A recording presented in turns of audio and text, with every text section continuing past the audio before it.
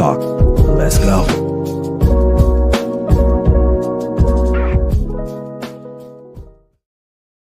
What's up, everyone? It's me, your boy, Ryan Flowers, a.k.a. Clutch Sports Talk, and welcome to another live edition of NFL Matchups. We got a great show in store for you guys this evening. If you guys are watching, we're going to talk about the Buffalo Bills and what we learned about that loss to the Rams in LA this past weekend. Also, I want to talk about the Chicago Bears and why they still suck. Even after letting go Matt Eberflus, that performance against the 49ers was atrocious. Also, Bryce Young, is he the guy moving forward for the Carolina Panthers? I will share my thoughts on that. Then I got my Real or Not segment followed by my previews and predictions of Week 15 in the NFL. And to wrap up the show, I got my fantasy impacts because it's playoff time. So we want to make sure we break that down for you guys here for fantasy football. See what's looking good in the waiver wire. So sit back, relax, and enjoy the show. This is NFL Matchups with me, Ryan Flowers. Let's go. We're going to be here all day, baby. I like this kind of party. I like this kind of party, baby.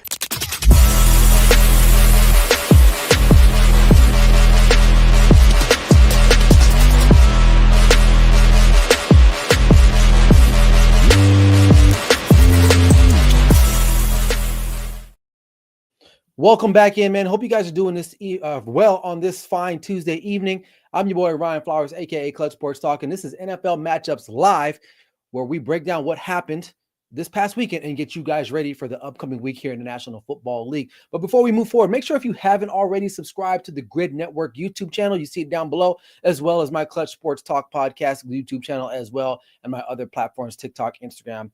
We are streaming live right now on Instagram, YouTube, Facebook, and let's just keep it going, man. We also got some comments. If you are here, let me know what's going on with you guys. We already got a comment here from my boy Patrick Bryan. Says, happy Tuesday. Hope all is well. News articles on the Grid webpage as well. Yes, also check out the Grid Network webpage as well. We got my boy Patrick Brown pumping out some really good content there as well. So shout out to him. Also, before I move forward, I would be remiss if I did not give a shout out to my boy Demler Zamora Jr. III. He is still undefeated, 15-0. He had a big match this weekend in Phoenix, Arizona. Got the win on Top Rank.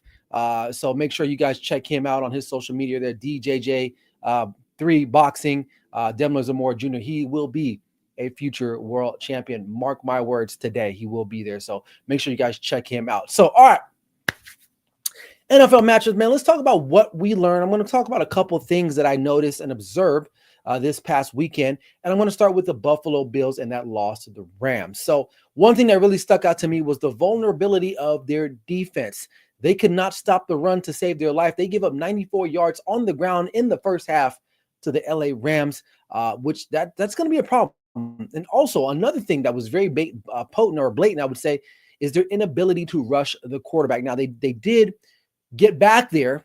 They did pressure Matthew Stafford about 30% of the time, but it just wasn't enough.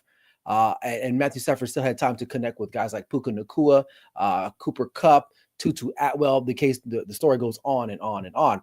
Another key stat that did stand out to me was the fact that they did not generate any turnovers, which ends their streak at 14 consecutive games of having some type of takeaway in the football game. They did not do that. Therefore, that helped contribute to the loss. Now, there is some urgency, I would say, because you have a big matchup this weekend against the Detroit Lions, and we know the Lions can move that football up and down on you just like no one else in the league right now. So, is it a cause for concern? Yeah, it is, right? Because, I know they beat the Chiefs, but granted, they beat them at home. It wasn't the playoffs, and this is part of the reason why sometimes you can't count out the Chiefs, because one thing the Chiefs can do is pull out close games, but they can rush the quarterback with guys like Chris Jones there. Is it a big concern? It depends. It depends on who you talk to, right? But it's definitely something worth watching. The Buffalo Bills are going to have to find out a way how to generate a pass rush, but also really stopping the run. If you can't stop the run on most NFL teams, it's a systemic problem. It leads to other things. Meaning play action isn't playing out. They can sit back there and fake handoff and get your guys open, right? So, they're going to have to figure that out. I'm pretty sure Sean McDermott's going to figure out a way to slow down the bleeding, but it's not a very opportunistic time with their game against the Detroit Lions. So, we'll have to wait and see what happens to them, but it's definitely going to see this may impact their seeding, right? They're still chasing the Kansas City Chiefs. They're still chasing them, even though they do have the head-to-head matchup, but any more losses from them, it could be pretty damning to them, and it'll give the Kansas City Chiefs the number one seed in the AFC. But we'll have to wait and see because the Chiefs just continue to pull out games. That's just what they do. Patrick Brown's got the comment. He says, Lions versus Bills is going to be epic. Two potent offense and defense that are bend but don't break. Dan Campbell will go for it regardless. Yeah, so big matchup for the Buffalo Bills. Maybe an oversight. Maybe they're thinking, oh, LA is, they're okay, right? We can beat them, right? And but they just didn't get out the win. And every game down the stretch is going to matter for something. Now, they've already wrapped up the AFC East, but moving forward, though, if they want to get that number one spot in the AFC and host a playoff game, they're going to have to figure out those problems, rushing the quarterback and then stopping the run on their end as well. Okay, moving right along, the Chicago Bears, they still suck, right? I was very surprised in the effort that was put forth by them this past weekend in Santa Clara against the 49ers. Typically, when a team fires the coach, we've seen it already this year with New Orleans Saints, but typically when a team fires the head coach, that team has some type of spark, and they go out and get the win for their new coach. Well, that wasn't the case. Thomas Brown's debut as the head coach or interim head coach for the Chicago Bears was disastrous. The firing of Matt Eberflus did not give them any type of bump, adrenaline kick, anything. I mean, these fools were outgained 315 yards. Yes, 315 yards, right? And the offense continues to struggle. Caleb Williams could not get anything. They only had one first down in the first half. One first down. I think teams that I've coached would have had more first downs than the Chicago Bears did this past Sunday. So there was a lack of effort. It's clear that the problem with the Bears is more than coaching now, right? Well, we all were thinking, well, Matt Eberflus, decision making, blah blah blah. Yeah, it was justifiably the right decision to get rid of the guy. But definitely there is something else going on when this organization, and it's going to have to start from the top up. GM Brian Poles has a lot to do with that. A lot of people question the draft pick of Rome Odunze, who had a fantastic game, mind you, right?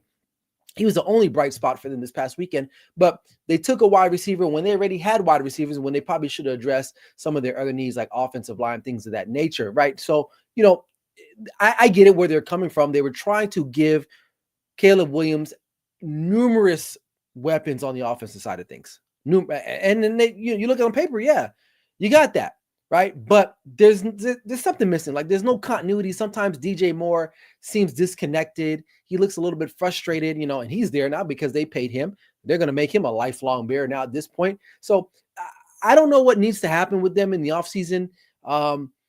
Can Caleb Williams play? Yeah, we've seen some spurts of it, but it's going to start with who they hire as head coach. I mean, that's where it's going to start. That's where it's going to boil down to. So, but very lackluster performance. I believe, is their seventh straight loss. Like that's crazy, man. After they were 4-2, they haven't won a game since they were 4-2. So, is it going to be a quick fix in Chicago? I don't think so. I still think that there's a long road ahead for them, and it's not going to get any easier. But you would have just thought that they would have had a little bit more juice when they were playing this game after firing their head coach. So, Patrick says, Chicago having 4 total yards in the first half. From a coach optics, can we all say this is the same issues regards to the quarterback? Yeah, I think so. He also follows up and says his offensive line is ass. Let's face it, it's the scheme. The scheme is horrible and can't be fixed, right? So Thomas Brown, obviously he's been put in a tough situation.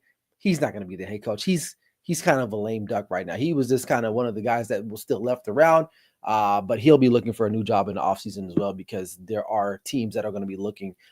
This team will be looking for another, maybe more an established head coach. So we'll have to wait and see with that. Okay. Final key thing here that I seen, Bryce Young, man, listen, he played really well against a very formidable team. Obviously the Philadelphia Eagles are one of the top teams in the National Football League, not just the NFC. He threw 1 interception, which is crazy. I just read a stat that he had 125 attempts without an interception. That's pretty good for a rookie quarterback. You know what? And I know his play has not resulted in a lot of wins this year so far. But he stood toe-to-toe with a lot of really good defenses against the Chiefs, against the Eagles Sunday, and a lot of close losses, right? This game, they're one Xavier Legette catch away from winning this game, pulling off the upset. Now, they didn't get it done, but there is signs of life for his career. And I think he's getting more comfortable in the NFL. If they can just figure out a way to win these close games, and that's the problem with a lot of young teams, they just don't know how to win close games yet. Is he the guy there? I think so. I think with this, should they draft another quarterback? They could, maybe, right? I don't know, unless you're getting, Shador or Cam Ward. Maybe not so. Maybe go get him like another wide receiver threat, somebody else, others, and Adam Thielen or Xavier Legette. Obviously, I think they got a good running back in Chuba Hubbard. So, there are some bright spots for this organization. I think Dave Canales' expertise in quarterback whispering is starting to take an effect on Bryce Young because he's playing a lot better. You saw what he had to do this past weekend, navigating come from behind win, although they felt short. But he really showed something with this club, and I think there's a chance that that his confidence is growing. I think the confidence in the locker room is growing, and I think moving forward, he should probably be their guy, at least for the next season or two, right? We'll see what happens after next year if they decide not to go with the quarterback, depending on how they finish the rest of the year. But they don't need a quarterback right now because I think they have their guy. Maybe they always knew they had their guy. They just needed to see some more out of him, and for sure. And I'll be the first to admit, like, I thought he was cooked. I thought he was done, but we'll see in the long run how things will shake out for Bryce Young for the Carolina Panthers. Okay. All right.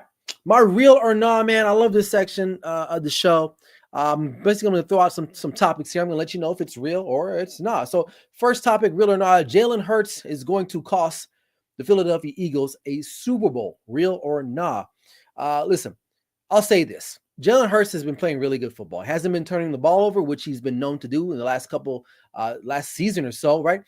Just looking at some stats here, he's got 23 touchdowns and a total of two giveaways in the last 9 games. That's really good. That's really good. I know there was a little spat between him and AJ Brown right now, but that's on another topic there. But he's helped contributed to this 9-game winning streak, right? There was a moment in time in this season where the Eagles were floundering, right? We were talking about Nick Sirianni on the hot seat, but because Jalen Hurts has been playing really well, and not to take anything away from Saquon Barkley, because Saquon Barkley is definitely probably the key contributor to their 9-game winning streak. But Jalen Hurts I don't think is going to hurt them. I think if anything, if he continues to play consistently and not turn the ball over, that is the key, not turn the ball over, then he does not hurt their chances. So Jalen Hurts is going to cost the Eagles a Super Bowl, real or not? I'm going to say nah, because again, I think he's playing really well.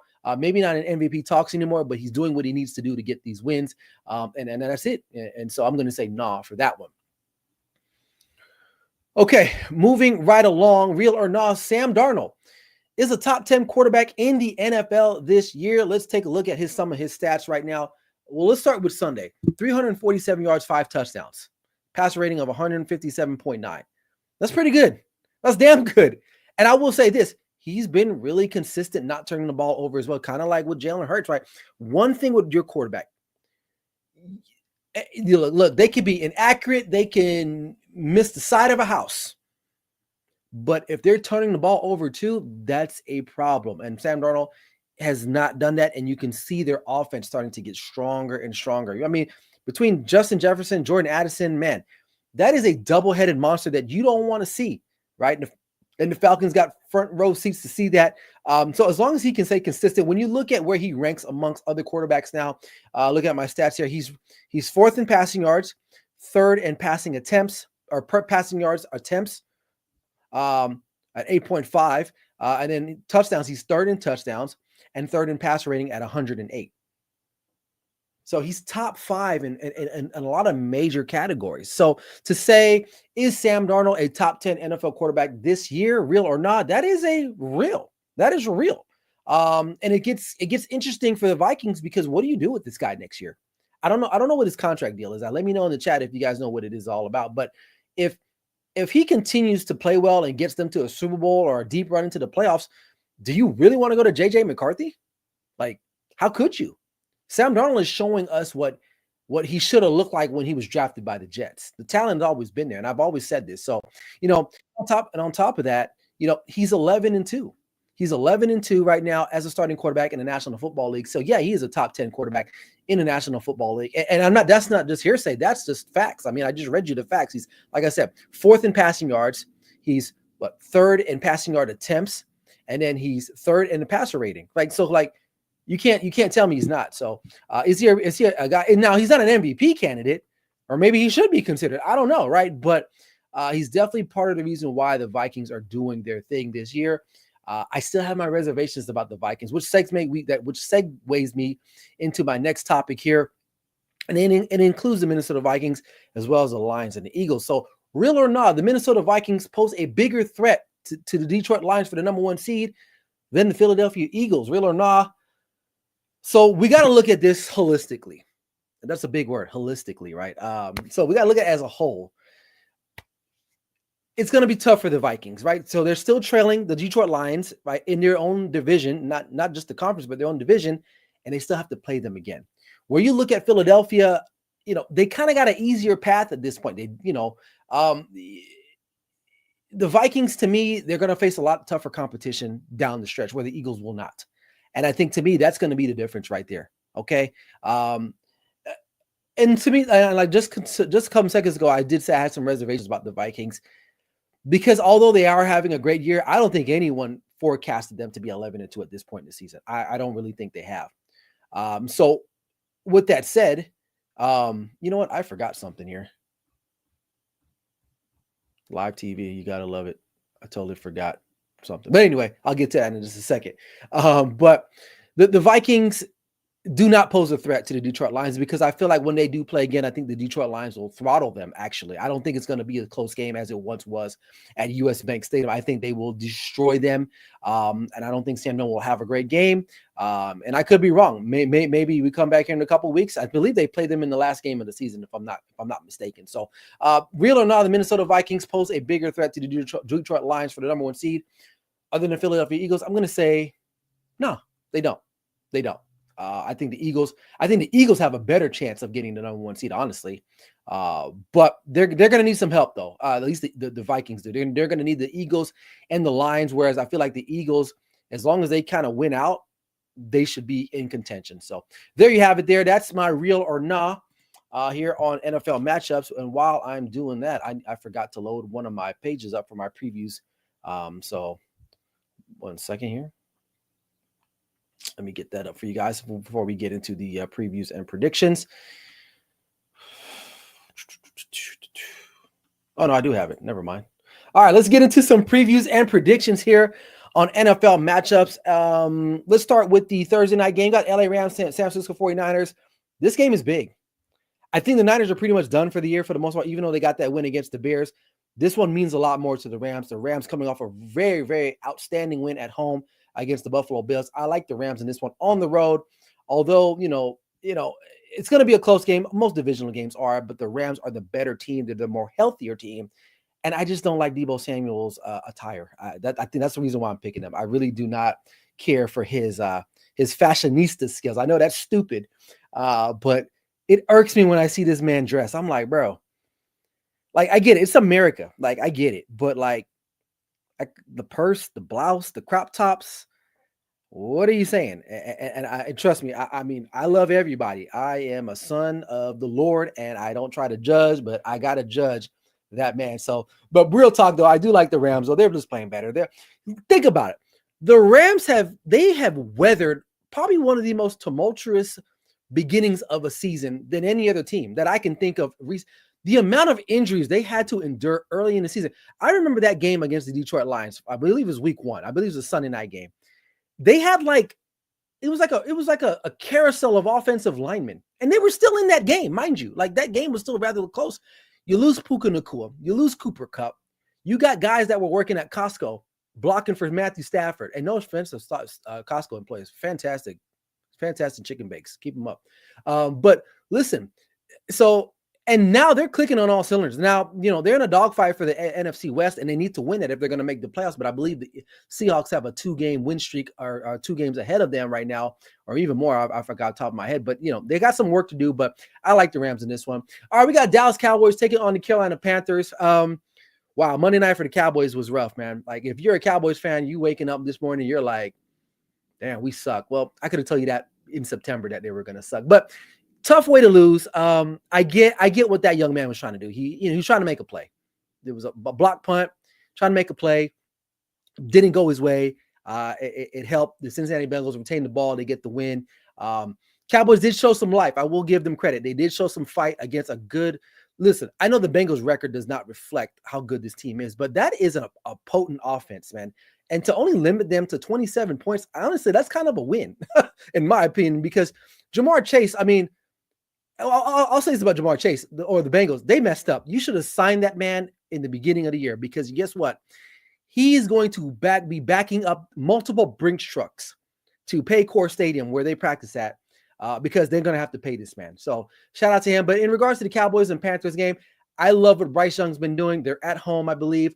I'm going to go with Carolina to win this game over the Cowboys, because I think the Cowboys, they just can't get out of the way of themselves. And they just, I don't know, man. They just not a very good season for them in recent memory. So I'm going to go with the Panthers. All right, Chiefs and Browns. This is an interesting game. Although the Browns on paper, you know, you look at them, you're like, well, their record is not great.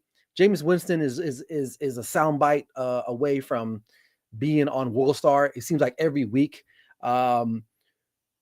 You know, the Chiefs just keep finding ways to win. Now, some people may say, oh, well, they're lucky. Their luck will run out.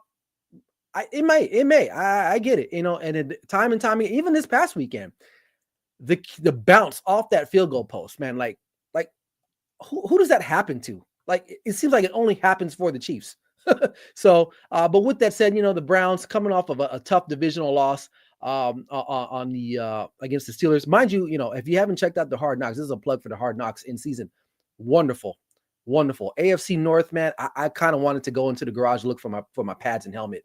I wanted to go out there and hit somebody. That's how good that HBO Hard Knocks has been. But nonetheless, I like the Chiefs to get by in a squeaker. I like the Chiefs there. Miami taking on the Houston Texans. Texans, man, we haven't seen them in a while. I mean, they had a bye week last week. CJ Stroud's struggling. The sophomore slump is definitely an effect for him. I'm very curious to see what they come out and do. I feel like they need to go through Joe Mixon a little bit more. I think he is the guy that's going to help CJ Watson kind of get over what they need to get over. I had high hope for the Texans this year, but the way they've been playing, I think they'll make the playoffs because they'll win the division, I think. But overall, I just lost a lot of luster for them. You got Miami on the other end. Nice come from behind win against the Jets, but interesting matchup for this one. So I even to this moment, I'm deliberating because I've been looking at my notes and I've just been kind of going back and forth. However, I'm going to go with the Houston Texans in a close one. I think it's going to be by a field goal. So I'm going to go with the Texans in that matchup. We got Jets and Jaguars, Mac Jones versus Aaron Rodgers. The Jets, I don't know what to say about them, man. Like, they got talent. Like, that's the crazy thing about it. They got talent. You thought firing their head coach would have done something. It really hasn't. The defense has gotten worse. Aaron Rodgers, pretty solid game this past weekend. I believe he threw for over 300 yards. But Jacksonville, I always say this about Jacksonville every week. It's weird when you play there. I don't know if it's because, I don't know. I don't think they're even close to the Bermuda Triangle, but it's something about playing down here in Jacksonville. They're a formidable team down there. They are formidable. I'm going to go with the Jacksonville Jaguars to win this game only because they're home. If this game was played in Miami, I'd be more inclined to go. Excuse me, not Miami. In New York, I'd probably be more inclined to get the Jets, but I'm going with Jacksonville. All right, Washington Commanders taking on the New Orleans Saints. Jaden Daniels looking to get right back on track. Saints coming off of a close, narrow win against the Giants. They needed some help there. This one's a no-brainer for me. The Saints are not really a great football team. I like the Commanders. If they want to keep everyone like heads perked up, like, okay, what's going on with the Commanders? They got to win this game. So I like the Commanders on the road. All right, Baltimore Ravens taking on the Giants. I don't know who's starting the quarterback for Giants. Is it Drew Lock still? Who cares? I like the Ravens in this one. This is probably one of the easiest games to break down. Honestly, it's really nothing to break down. It's the Ravens. The Ravens are a better team, period. And that's it. I'll leave it at that. So I like the Ravens with that one. Bengals at the Tennessee Titans. Bengals coming off a really bizarre win this Monday night. Short week for them. But they got to go back on the road in Tennessee, where they're like Jacksonville, a weird place to play to in Nashville. But I like the Bengals. I don't think the Titans can keep up offensively with the Bengals, so I like them as well in that matchup. All right, Arizona Cardinals at home taking on Drake May and the New England Patriots. Cardinals dropped their last 3 in a row. I think they're mad. These are angry birds. and they are ready to get back in the winning column. So I'm going to go with the Cardinals there. We got the Indianapolis Colts taking on the Denver Broncos. Broncos coming off a bye week. The Colts coming in with Anthony Richardson, also I believe off a bye week as well. I think the Denver Broncos. Well, no, it wasn't a bye week. They played on. When did they play? Maybe it was a bye week. I forgot. But I know they beat the Browns. I forgot it was Monday or Thursday. My days are getting mixed up here. But I'm going to go with the Broncos to win this one. Their defense at home, it's good. It's good. And Anthony Richardson is not a great thrower of the football. He's going to run around, do some things, but he's good for a pick or two. So I'm going to go with the Broncos there. And probably the biggest game of the week, the Buffalo Bills heading into Detroit to take on the Detroit Lions. Bills coming off of a very disappointing loss in LA. The Lions just, they're Lions, and what does that mean?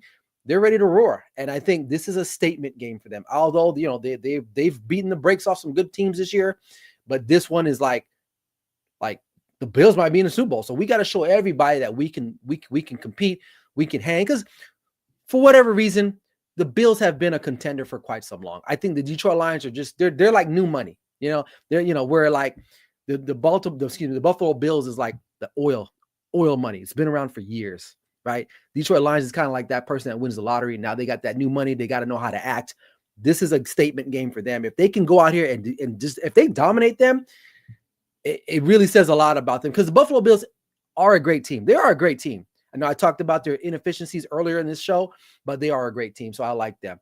Moving on, we got the Tampa Bay Buccaneers. Oh, well, got to give you my prediction. Sorry about that. Detroit Lions will win this game, I think, at home. It'll be a close one. Josh Allen will do his thing, but in the end, Detroit Lions will make a play here or there, and they'll get that win.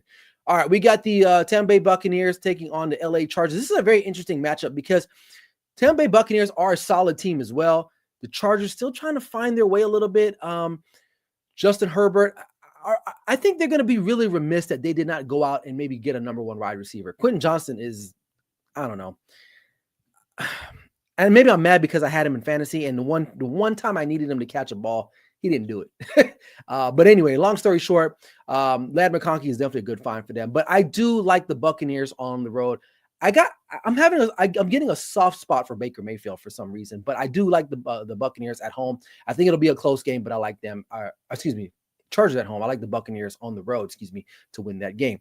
All right, we got the Pittsburgh Steelers taking on the Philadelphia Eagles. This is also a big matchup too, I will say.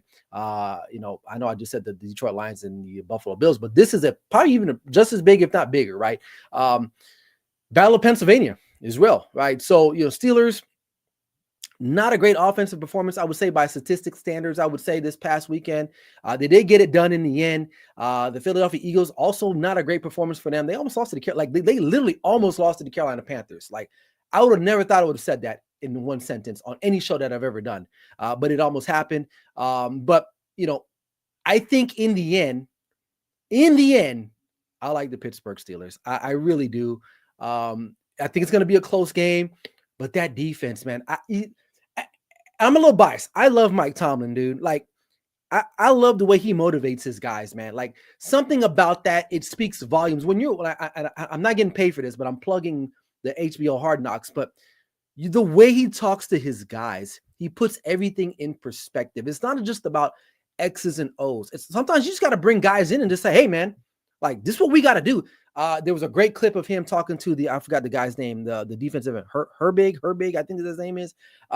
How he manifested to him that he was going to come up with a big play. And what happens?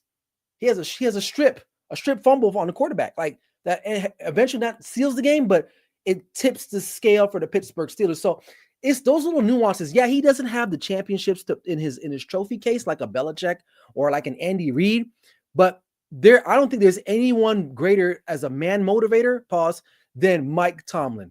Okay? Mike Tomlin, right? And it's a shame that he hasn't won another Super Bowl, but I like the Pittsburgh Steelers. And although the Eagles are really flying high, I think that they can be beat at home. And I like Mr. Unlimited. Mr. Unlimited has reinvented himself in Pittsburgh, so I like them to get the win. And then we got Sunday Night Football. We got Saturday Night Football. Green Bay Packers on the road to the Northwest taking on the Seattle Seahawks. This is going to be a good one. Seattle's playing really good football at this point. Green Bay, they're stepping their run game up as well too. Josh Jacobs is becoming more of a dominant figure in their backfield there. But however, though, it's weird going to the Northwest on a short week. I like Seattle in that one there. It's going to be a close one, but I like Seattle. And shout out to the Seahawks, man, because I thought they were left for dead, honestly. I really thought they were left for dead. But that win in San Francisco a couple weeks ago, and then they went into Arizona and defeated them. They swept the Cardinals this year.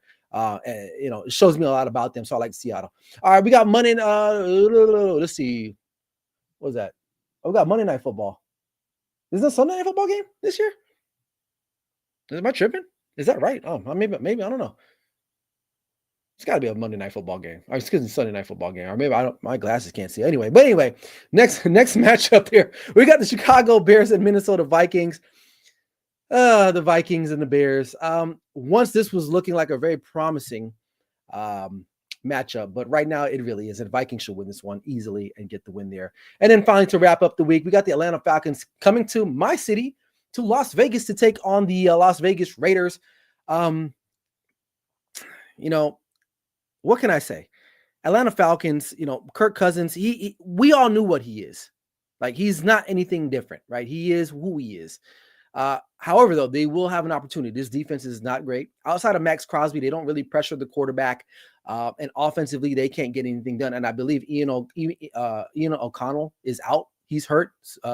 He got hurt this past week. So I believe Gardner Minshew might get the start. I believe, or the other guy, Desmond Ridder. Either way, they're all crappy quarterbacks. So if the Falcons don't win this game, that's an indictment. That means you don't even need to be spoken about anymore. So I'm going to go with the Falcons against the Raiders. I think it'll be close. One thing I will say about Raider fans, and I live in this city. On Monday, when they have those Monday night games, that arena, it's a frenzy, man. Those Raider fans, they come out and support their club better than any other club that I know. Maybe Cowboy fans, but because Raider fans are just, Cowboy fans, like, they've sucked for a while, but Raider fans, like, they haven't done anything, like, not since 2002 when they made the Super Bowl. Like, you think about it. So shout out to them. But anyway, Atlanta Falcons should win this game. All right. Quick comments before I get into my fantasy impact, and then we'll close out the show. I got a quick guest. Bryson Carver from Carving Up Podcast is going to stop by and let us know what's happening on the 8 o'clock spot show, which I will give you guys some details about that. So stay tuned in just a couple minutes here. A couple comments here real fast. Patrick Brown, Jamar Chase is a dog. Cincinnati may have to pay him $38 to $40 million annually. Yep, for sure. And that's a cheap organization. Like, I could have sworn I thought I saw them on that TLC show, Extreme Cheapskates. Maybe I was wrong. I don't know. But anyway, what's crazy is that we laughed and cringed upon Dan. Oh yeah, we did. I was the first one. I was like, this dude is crazy. But he proved us all wrong. But shout out to him, man, because he put other really good people in places, and that's good leadership. You may not know everything, but as long as you can put the other people in the other positions that you know that it can get the job done, shout out to him. Patrick says Steelers will go without George Pickens. Yeah, I did see that, but you know what? I don't think that's going to be a problem for them. I still think they'll find a way to win that game and get things, because Calvin Austin III is not a bad wide receiver. Like, he's a big play kind of guy, and I think they'll have their chances because I believe CJ Gardner is going. Oh no, that's not. Yeah, I believe he's out. I believe he's out for the Philadelphia Eagles going into this next game. So that might be something they can take care of as well. So, all right, Coach Tomlin, he says, has took more misfits to the playoffs in NFL history. True that. And then, yes, Sunday Night Football was Green Bay. For whatever reason, I said Saturday night. I don't know why. And I have my glasses on, but mind you, I'm looking at a couple screens here, and it was minimized. So shout out to me. I probably need to get my eyes checked before this year is up for my insurance. So anyway, all right, but appreciate you for that. All right, let's get into some quick fantasy impacts here real quick before we wrap up the show. Whew. Lot said. All right, it's playoffs. So you guys are probably looking to me for some advantages, and I'm here to give you some. So first of all, we'll look at the quarterback position. Bryce Young is available in a lot of leagues right now. Even the league that I'm in, no one is taking him. So if you are in a pinch, if one of your quarterbacks is on a bye week, Bryce Young is definitely a guy that you may want to consider. Jameis Winston. Now, Jameis Winston, he always shows up on my list from week to week because he's a boomer bust type of guy. He can throw 500 yards, or he'll throw 200 yards and 5 interceptions. You just don't know what you're getting. But if he goes off, he goes off. Tough matchup for him this week, though, with the Kansas City Chiefs. That defense is formidable, and they do rush the quarterback very well. So you might want to temper him a little bit, but if you are in a bind, Jameis Winston's definitely your guy. As far as running backs are concerned, I like the kid Sincere McCormick from the Las Vegas Raiders. He had a really good this past week here in week 14. He rushed for 78 yards. And the Raiders have had a carousel of running backs. Zeus White, Alexander Madison, what's the other clown they got there? Got off the top of my head. Abdullah, and now you throwing this guy in here now. So you don't know who you're going to get with the Raiders as far as a running game because they really haven't had a running game. But I will say this. He is a guy maybe worth considering if you need a running back in this week. Another guy is Chris Rodriguez from the Washington Commanders. Commanders do have some injuries in the running back room there. Austin Eckler is out. I believe Brian Robinson, junior or senior, I believe he's a senior. He's going to miss some time. So Chris Rodriguez might be a guy you want to go and pick up and play this week because he might get a lot of production for you for there. Wide receivers, we got Jalen McMillan from the Tampa Bay Buccaneers. Had a phenomenal game. He had 21.9 points in fantasy this past weekend for the Buccaneers. Although Mike Evans is back. Now, there was a time where Baker Mayfield was throwing to Cade Otton a lot. That's kind of dimmed down a little bit. So Jalen McMillan might be the guy you want to consider as a number 2 for your wide receiver for fantasy this week. And Tim Patrick for the Detroit Lions. He's a number 3 for them, right? Between Amon-Ra and Williams. Is it Williams or Williamson? I forgot the kid's last name. But he has stepped up and has scored twice recently. So he's a guy you may want to consider, again, if you're in a tight jam. Tight ends concerned, Juwan Johnson from the New Orleans Saints. Taysom Hill out. Guess what? Juwan Johnson steps right in. The Saints don't really have a lot of offensive weaponry that are afraid of. So maybe you might want to consider him at the tight end spot. I like him there. Another guy that no one's talking about because Dallas Goedert, I believe, is on the IR for the Philadelphia Eagles. Grant Calcaterra. He might be a guy that Jalen Hurts may rely on here this upcoming week against the Pittsburgh Steelers. So there you have it. And then finally wrapping up, we got the defenses here. Atlanta Falcons, great matchup against the Las Vegas Raiders. I do like that matchup there. And then the Washington Commanders, they take on the Saints. And no Derek Carr. Derek Carr is out a couple weeks. So those are some teams for defenses that you might want to consider. So there you have it. Go and try to win your first round of the playoffs. And let me know if I helped you out, because I do a lot of research on this stuff. So I want to make sure I get you guys right. So as far as I'm doing okay in one of my leagues. I'm in the finals. So not in the finals, but I am in the winner's bracket. So I'm trying my best. So, all right. Before I get out of here, I want to bring to the show my boy. Let's see if he's on here. Can I get him in there? There he is. Bryson Carver from the Carving Up podcast. He is the host and moderator for the 8 o'clock spot. Basically, this is a show that airs every Tuesday. We got we got a panel of contestants, and they basically argue different points throughout the show. And Bryson does so well, so eloquently to navigate those troubled waters sometimes. So, Bryson, what do you got in store today for the 8 o'clock spot?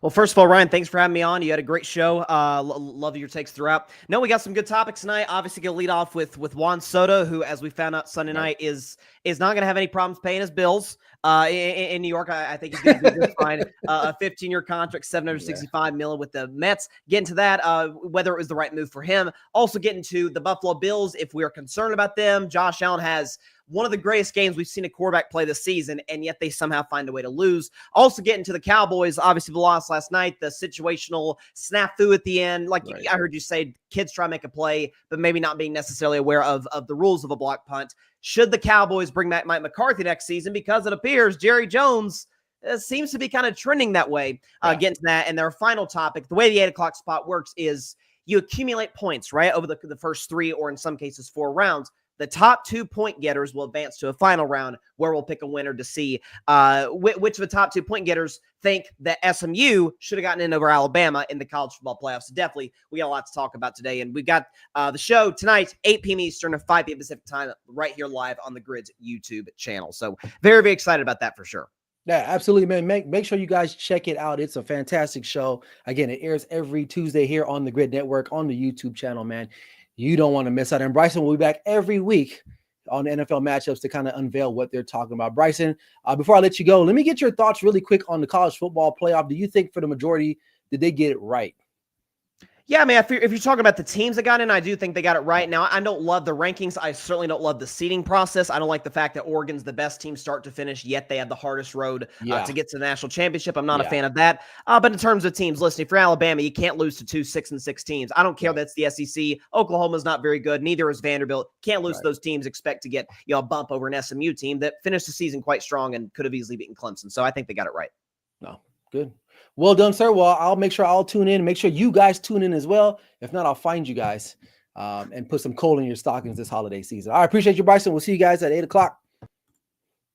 That's my guy, man. Love that guy. Shout out to him. And the guys are also on the panel for the 8 o'clock spot. Make sure you guys check them out. Should be a good show. And before I close out, in regards to the playoff, college football playoff, he's right. Oregon kind of got screwed, man. They're going to have to either play Tennessee or Ohio State in that second round. And I believe after that, if they get through that, they're going to have to probably play Georgia.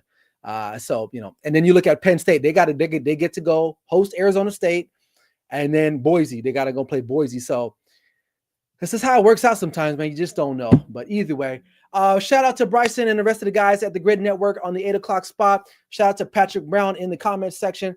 Make sure you guys check me out. I probably will not be doing a show this Sunday for NFL Sunday Wake Up. I will be traveling on the road, so I will probably not be in the position to have a show. But check me out again for sure next week, Tuesday, here on NFL Matchups, where we will break down and recap what happened in Week 15 and get you guys ready for Week 16 in National Football League. I can't believe it's almost coming to an end, but it is. But with that said, man, hope you guys enjoy the rest of your evening. Make sure you hop on that 8 o'clock spot here. It's coming up in about a couple hours from here. So make sure you guys check that out. So about less than an hour or so, and we'll see you guys there. Until next time, this is your boy Ryan Flowers, aka Clutch Sports Talk, NFL Matchups Live. Never settle till the work is done. We'll see you guys soon. Peace.